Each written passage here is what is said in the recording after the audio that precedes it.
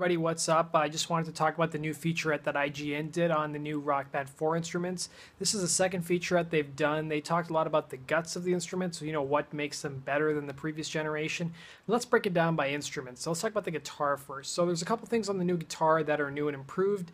Most importantly, the buttons on the guitar are a lot quieter. The strum bar is a lot more tactile.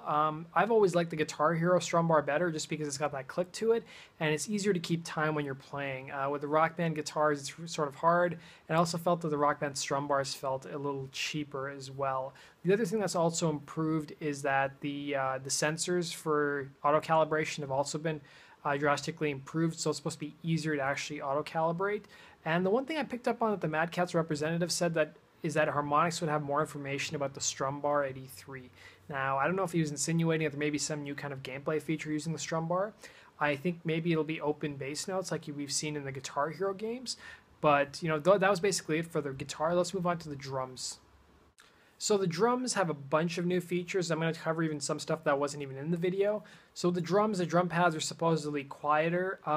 They'll be using less batteries. So I think if you had the old drum kit, I think they use 3 batteries.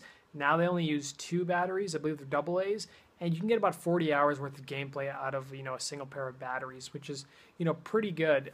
For me, that would probably be maybe a month worth of play, or maybe 3 weeks. The other thing that's improved is that the actual pads themselves. I think one issue a lot of people had was that if they were hitting the pads too hard, there would actually be like indentations in the pads, and they may deform a bit.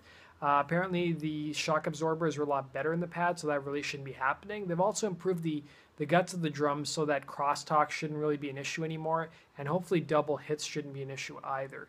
The other thing that they covered about the drums in another video, not in this one, is that if you have an old Rock Band 2 or Rock Band 3 Madcatz cymbal kit, you should be able to just plug it into the new drum kit and use them as is.